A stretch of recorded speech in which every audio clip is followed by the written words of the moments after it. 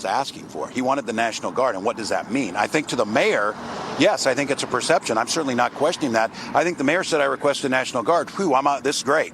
We're going to have massively trained troops. No, you're going to have 19-year-olds who are cooks in some cases.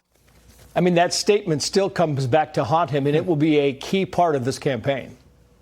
Because that's who he is. You know, Tim Walz has an amazing personality. He just has terrible policies. And so I think they're trying to ride his personality. He says and does what he thinks everyone wants to hear, and he tries to pander to the left, but at the same time, when he gets called out for it, he tries to pretend and manipulate the minds of the American people. I think Americans are smarter than that. I think they are very concerned with the safety. If you look at the numbers now, you see crime in Minneapolis is up, especially if you look at vandalism, if you look at car robberies, if you look at these type of really violent crimes that are affecting the neighborhoods, they're all up in Minneapolis, and that's because they have these soft on crime policies. Another thing I'll tell you, if you dig deeper into the city of Minneapolis, particularly with minorities, you'll see that if you see the average household income for a minority family, a black family in Minneapolis is about $38,000 compared to the average income of $84,000 for white families.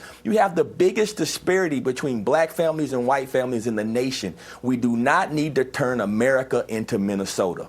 Because that's something that has been glossed over, Jack Brewer, is the whole concept here that you had these black families, these black communities that were destroyed. They were destroyed, in the assumption that all black families are anti-police or don't want the police in their community because they don't trust them is just not true.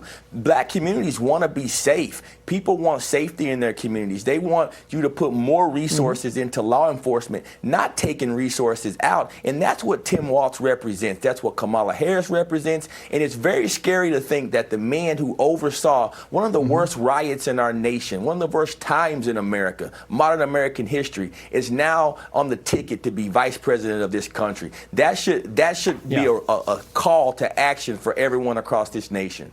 Jack Brewer, great to have you on the show. Thank you, sir. Well, Democrats go on defense to deny